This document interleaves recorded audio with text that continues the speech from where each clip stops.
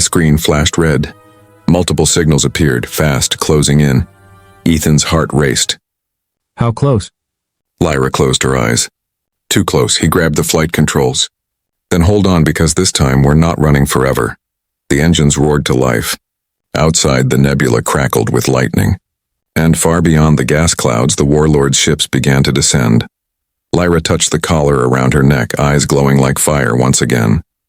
"If they come," she said softly, "then I will show them what they're chained."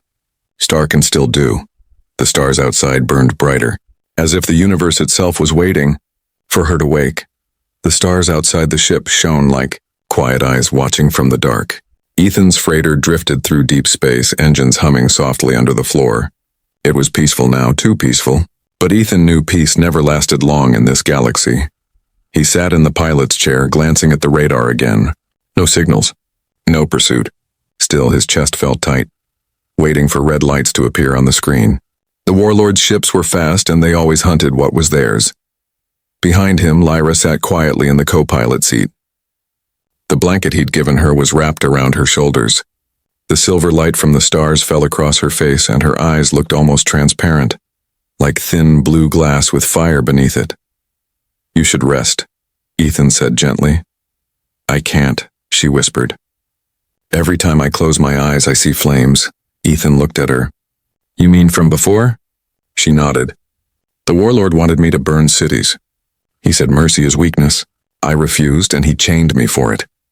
Her fingers touched the black collar around her neck. It blinked once, slow and cold. Ethan frowned. "That thing, what does it do?" "It feeds on my energy," she said softly. "It stops me from using my power, but it also keeps me alive. It is both my prison and my life." "Power?"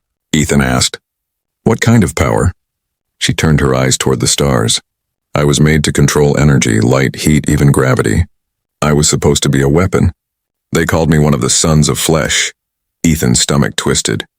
"You were made to destroy?" "Yes," she said, her voice breaking slightly. "But I didn't want to. I wanted to build, to heal. So they said I was broken." Ethan leaned forward. "You did the right thing." Lyra smiled faintly, a small sad curve of her lips. "The right thing got many killed. When I refused to burn a city, the warlord sent others. They obeyed. The city still burned." He had no words for that. Only silence filled the cabin, thick and heavy. The hum of the engine sounded like a heartbeat in the quiet. After a while, Ethan stood and brought her a small ration pack. "Here, eat something. You'll need your strength." She looked at the gray paste inside the packet. "This smells like metal," Ethan chuckled. "That's because it probably is. But it'll keep you alive." She tasted a little and made a face. "Humans eat this?" "Only when we're unlucky," Ethan said. For the first time, she laughed, a soft sound, fragile and bright. It made the cold cabin feel warmer. After eating, Lyra watched the stars again. "You shouldn't have bought me, Ethan Cole," she said quietly. "Now they'll come for you too." "I've lived my life running," he said. "One more chase won't kill me." She looked at him curiously. "You risked your life for me." "Why?" He leaned back in the chair. "I don't know. Maybe because you asked." "Many asked," she said. "Why me?" He looked into her eyes. "Because you didn't beg for life. You asked to be bought, to belong to someone instead of that monster. You had already given up hope." "I couldn't walk away from that," she didn't reply. Her eyes lowered to her hands. For a moment, the light around her dimmed. Hours passed. Ethan checked the scanners again, still nothing. Maybe, just maybe, they had escaped. But then a small beep echoed from the console. "Unknown signal detected," the computer said. Ethan frowned. "What now?" He scanned again. A faint pulse came from a wrecked ship drifting nearby. "It's a distress beacon," he said. "Could be survivors." Lyra shook her head. "Or bait. The warlord uses fake beacons to draw rescuers in." Ethan hesitated. She was probably right. But he couldn't just ignore it. "I'll take a look," he said. "You're too kind," she murmured. "That's what will destroy you." He smiled slightly. "You sound like my old commander." The ship moved closer to the beacon. A broken vessel appeared through the window, its hull torn open, lights dead, drifting like a ghost. Ethan scanned it again. No life signs, just static. He was about to turn away when Lyra's voice trembled. "No, something's there." "What do you mean?" "I can feel it." Her eyes began to glow faintly. It's not alive, but it's watching. Before Ethan could react, the collar around her neck blinked bright red. "Lyra," he shouted. "What's happening?" She gasped, gripping the edge of her seat. "They found me." The collar woke up. The radar screen flashed red. Multiple signals appeared, fast closing in. "Warlord ships," Ethan muttered. "They're tracking you." Lyra's breathing quickened. They must have followed the beacon. It was never a wreck, it was a transmitter. Ethan's hands flew over the controls. "Hang on. I'll lose them." He turned the ship sharply, diving toward a nearby nebula. A vast cloud of glowing gas and lightning. "That should block their sensors," he said. The ship entered the nebula. The air shimmered with color, blue, purple, and gold. The hull shook. Static ran along the walls like crawling light. Ethan gritted his teeth. "Come on, hold together." Lyra looked out the window, eyes wide. "It's beautiful," she whispered. He risked a glance at her. She seemed almost alive with energy, the light of the nebula dancing across her skin. Then her collar beeped again. Ethan's heart sank. "Not again." "I can stop it," Lyra said suddenly. "How?" "By calming the storm." Before he could stop her, she stood and closed her eyes. Her body glowed, faint at first, then brighter. The cabin filled with blue light. Her hair lifted as if caught in an invisible breeze. "Lyra, stop!" Ethan shouted, but she didn't hear. Her voice rose like a song, low and haunting. The lights flickered, the air vibrated, and the ship's engines groaned under the pressure. Then with a flash, the red light on her collar went dark again. The hum faded. Silence returned. Lyra collapsed to her knees. Ethan rushed to her side and caught her before she hit the floor. "Lyra, hey! Talk to me!" Her eyes opened slowly. "It's quiet now," she whispered. "They can't see us." "Not yet." He looked at her, sweat on her forehead, breath shallow, face pale. "You did it," he said softly. "You saved us," she gave a weak smile. "I bought us time. That's all." He carried her to the medcot and laid her down. The cabin lights flickered back on, warm and steady. As he watched her sleep, Ethan felt something strange stirring inside him. He had seen many worlds, met many species, but nothing like her. She was powerful, dangerous, and broken all at once. Yet there was something pure in her. Something that made him want to protect her no matter the cost. Outside, the nebula glowed softly around the ship, wrapping it in light. For now, they were safe. But in the far distance, beyond the clouds of color, the warlord's fleet had already begun to move. And deep in her dreams, Lyra whispered a single word, one that made Ethan's blood run cold. Fire. The stars outside Ethan's ship streaked into thin white lines as the vessel jumped through space. The engines rumbled like distant thunder beneath the floor. For a moment, the galaxy stretched and bent, and then silence. Only the soft hum of stabilizers remained steady and calm. Ethan leaned back in his seat and exhaled. He'd made it. The scanners showed nothing chasing them yet. No red marks, no patrol ships, no distress calls. But he knew it wouldn't last. The warlord never forgot. He turned his head slightly. Lyra sat in the co-pilot seat, her eyes fixed on the window. The blue light of the stars painted her face, and her silver hair glowed faintly. The collar around her neck blinked once every few seconds, a reminder that danger still followed. "Are you okay?" Ethan asked quietly. She nodded but didn't speak. Her hands were resting on her knees, fingers trembling just a little. Ethan stood up and opened the small storage locker behind the cockpit. He pulled out a blanket and draped it around her shoulders. "It'll get colder soon. This part of space doesn't have much heat radiation." Lyra held the fabric close. "Thank you." Her voice was soft, almost too soft for the noise of the engines. There was a strange tone in it, calm and distant, like she wasn't used to saying words out loud. Ethan sat across from her. "You said they chained you because you wouldn't burn a city." "What did you mean?" Lyra's eyes flicked to him, then back to the stars. She hesitated. "You would not believe me if I told you." "I've seen enough crazy things to give it a try," he said.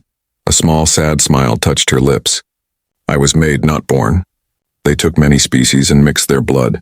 They wanted something that could survive the void, something that could control energy without machines. They created me in a lab under the surface of their moon.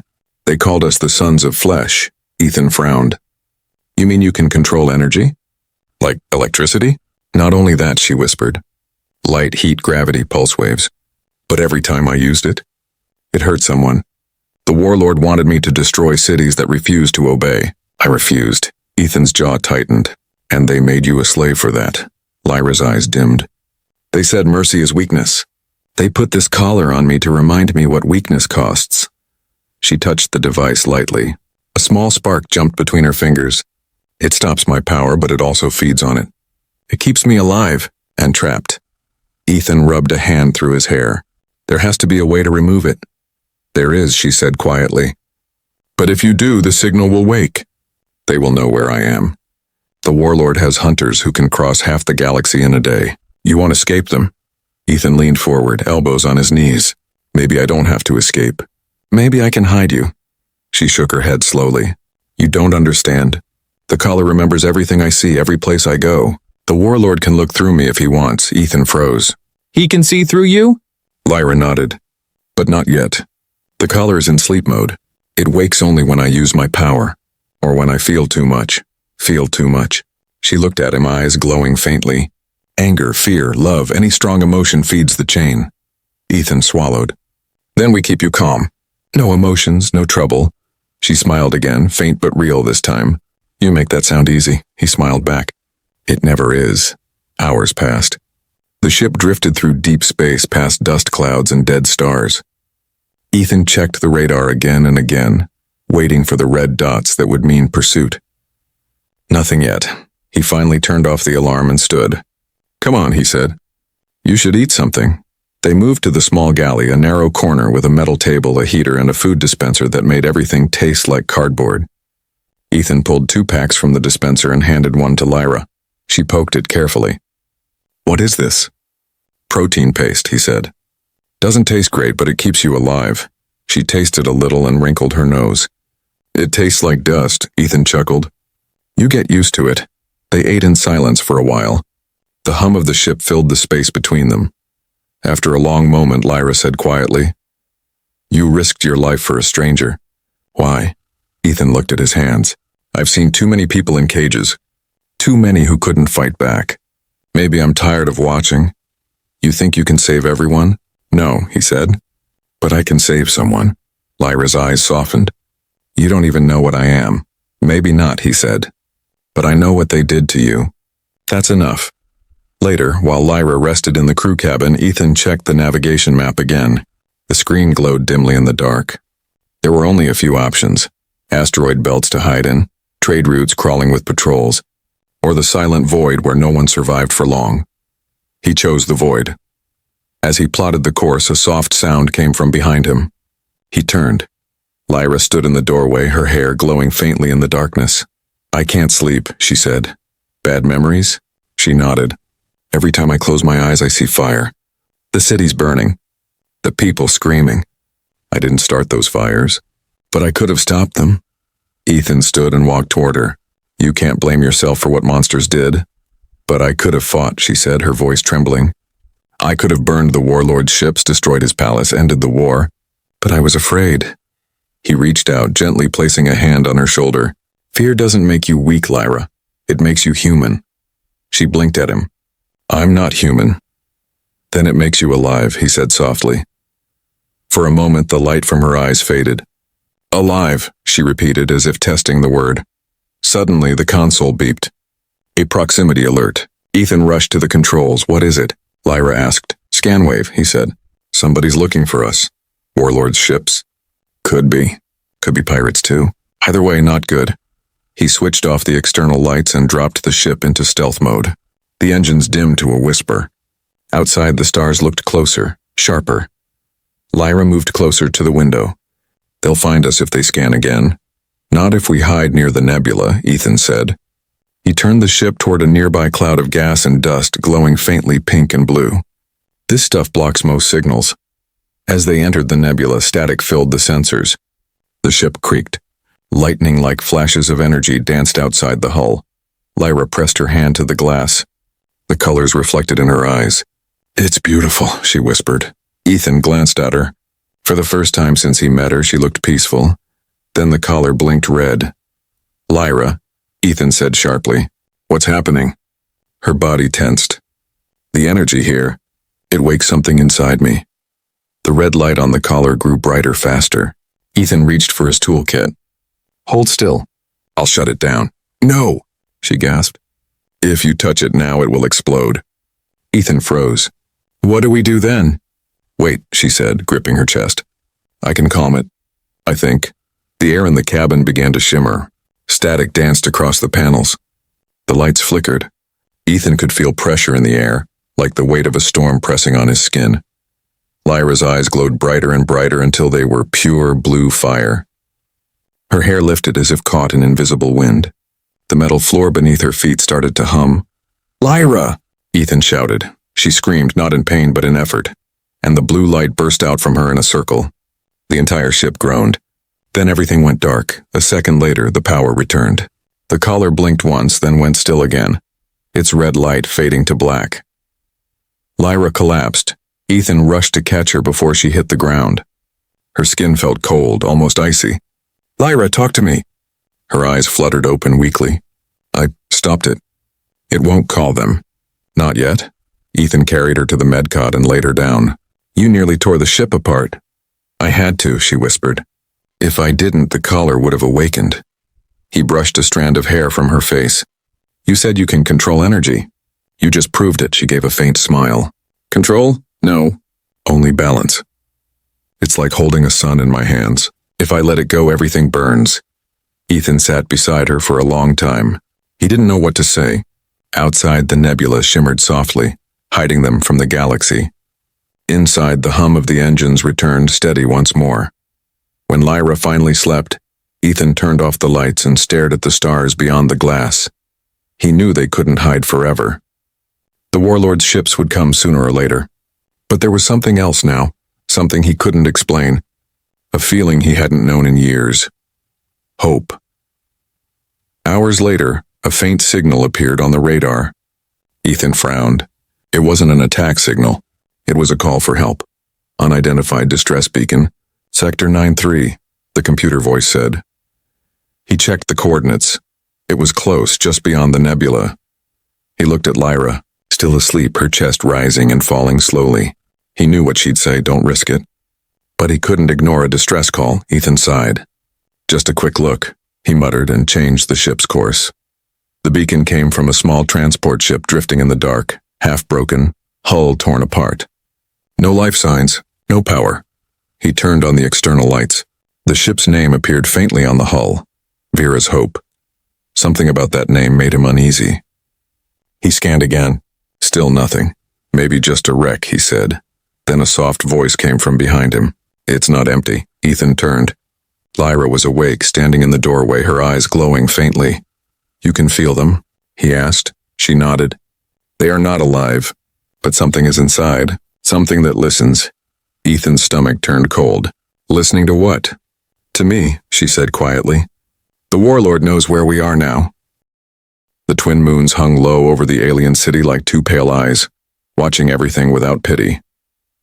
The streets were narrow and crooked, made from dark stone that kept the day's heat inside it. Even at night, the ground felt warm. Strange lanterns burned along the way, dripping blue fire that gave the bazaar a ghostly glow. The air smelled like iron, smoke, and old fear. Ethan Cole walked with slow, careful steps. He was the only human in sight. His boots made a steady sound on the stone, a soft tap that felt too loud in this place. He had come to trade spare ship parts and pick up fuel, nothing more. He told himself he would keep his head down and finish fast. But this was the wrong district for quick business. This was the district of chains. The market opened in a wide circle ahead. Cages stacked on cages. Some were made of metal, some of glass, some of thick woven vines that pulsed like living things. Beings from many worlds crouched inside, scaled, furred, feathered, or smooth-skinned with colors he had no names for. He heard cries and he heard laughter. He saw eyes that begged and eyes that were empty. Ethan hated this kind of place. He had seen war camps and pirate pens in his years as a cargo pilot. He had seen worse, yet every time it cut something inside him. He reminded himself, do your trade and leave. He kept moving, jaw tight, eyes forward. But the market was a maze. Merchants rose from the shadows like tall insects, clicking tongues, waving thin hands hung with keys. Human, rare visitor. Look, fighters, workers, pets, cheap. Their words felt like flies around a wound. Ethan ignored them and walked on. A heavy bell sounded. Somewhere a gate opened. A row of soldiers marched past, shiny armor black as oil. They were not city guards. Their helmets carried a red mark, 2 slashes forming a crooked V. Ethan knew that sign from briefings and bar tales. The warlord's mark. He looked down, trying not to stare. The soldiers passed. The crowd parted to let them through. After they were gone, the noise rose again, but now it was thinner, nervous. The warlord's shadow lived here. Ethan reached a stall selling heat cells and coolant rings. A tired older merchant with glassy eyes took his parts and began to examine them. The price talk was the same dance it always was. Show flaw, show strength, offer low, ask high, meet in the foggy middle. While the merchant set the tester on a coil, Ethan's gaze drifted past him. That was when he heard the whisper. It was not a shout or a cry. It was a soft sound that seemed to travel along the floor like smoke, up the bars and into his ear. "Please buy me, and make me your slave." Ethan turned. The voice had come from the far end of the aisle where the lantern light thinned. There, near a post sunk into the stone, a lone chain ended in a collar. And at the end of that chain, half crouched, half kneeling, was a girl, not a child, not a woman grown, somewhere in the first years of adulthood. Her skin had a faint silver tone like moonlight on water. Her hair was pale, almost white, falling in thin braids that caught the blue flame and threw it back in sparks. Her eyes were the strangest part. They were bright, too bright. Clear blue rings around dark centers like ice around deep wells. She wore a plain cloth dress, ripped at the hem where it rubbed against the stone. Metal cuffs circled her wrists. The chain on her neck had a small device fixed to it, the size of a coin, black and smooth. It blinked once, slow, then slept again. Ethan felt his heartbeat change. He did not like it. He did not like the pull he felt in his chest, as if the whisper had hooked him there and was drawing him closer. "Human," the heat cell merchant said. "Your price?" "1 moment," Ethan said, still looking at the girl. She met his eyes and did not look away. Most beings in chains look down. She did not. There was fear in her face, yes, and exhaustion and hunger, but there was also something else, a kind of terrible calm. Ethan took 2 steps toward her. A shape slid between them right away. A tall merchant with a long neck and shaking golden rings. "No touch?" The merchant snapped. "Look from distance. This one is special stock." "Whose stock?"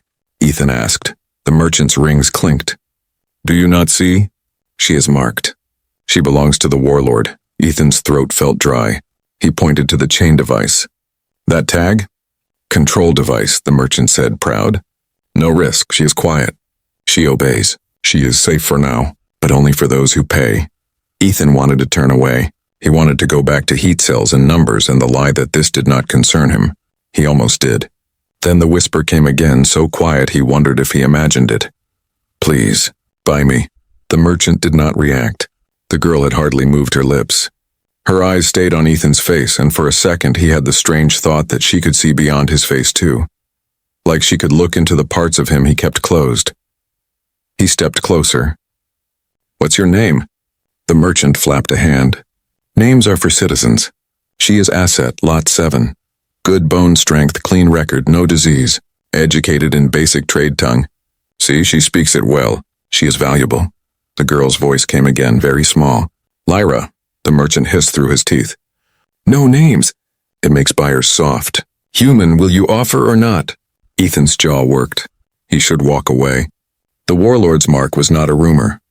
It meant pain. It meant you would be remembered by the wrong people. Yet he could not leave her here.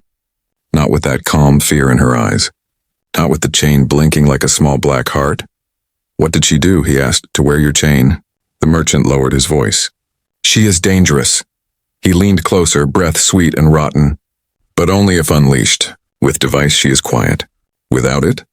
He fluttered fingers. Fire and silence, they say. Stories, who knows? Ethan looked at the device again. It was simple and perfect, ugly because it was so clean. He had seen many restraints. This one felt different. It hummed like it had a mind. He thought of the soldier's red mark. He thought of his ship waiting on a dusty pad half a city away.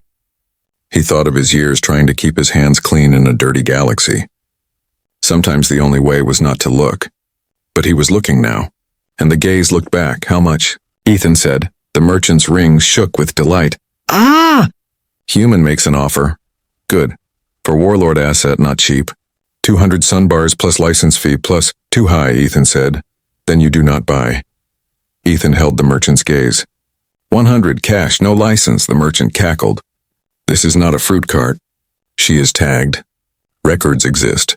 If she leaves without license, the mark will scream. The warlord will come. You think you can hide a scream heard by the whole sky? Ethan's mouth was a thin line. What if I buy the license? The merchant's laughter slowed. He studied Ethan with new eyes. You are not a fool, he said softly. But you could become one. A license sends your name to the warlord's office. They will know who holds her chain. You understand? I understand, Ethan said. He did not like how steady his voice sounded. It felt like stepping onto ice that looked thick, not knowing if it would break. How much with license? The merchant's price was a knife. It was meant to cut. Ethan let it cut. He counted hard credit chips from a hidden sleeve. The merchant's ring sang. Papers were produced fast, almost eager. A stamp burned, a seal licked by blue flame. A clerk with 3 eyes made marks in a ledger that felt ancient and forever. Done, the merchant said. You are now owner of Lot 7. He turned and made a deep bow that was almost a joke. Do not remove control device. Do not alter chain. Do not. Ethan stepped around him and knelt. He did not reach for Lyra. He just lowered himself so his head was level with hers. Close up, he saw the tiny cracks in her lips. He saw bruises like cloud shadows along her arms. He saw the way the collar had rubbed the skin raw where it shifted when she breathed. Lyra, he said quietly, so only she could hear. I'm going to take you out of here. Her eyes flicked to the merchant, then back. You should not have bought me, she whispered. You should have walked away. Maybe, Ethan said. But I didn't. A guard trudged over with a key rod. He shoved Ethan back with a bored motion, then pressed the rod to the collar.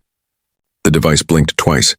The chain loosened with a hiss, but the collar stayed fast, the black coin still asleep against her skin. Control stays, the guard grunted. Orders. Ethan's hands curled. Fine, he said. We're leaving. He helped Lyra to her feet. She swayed, then stood. Even weak, she moved like water running around a stone.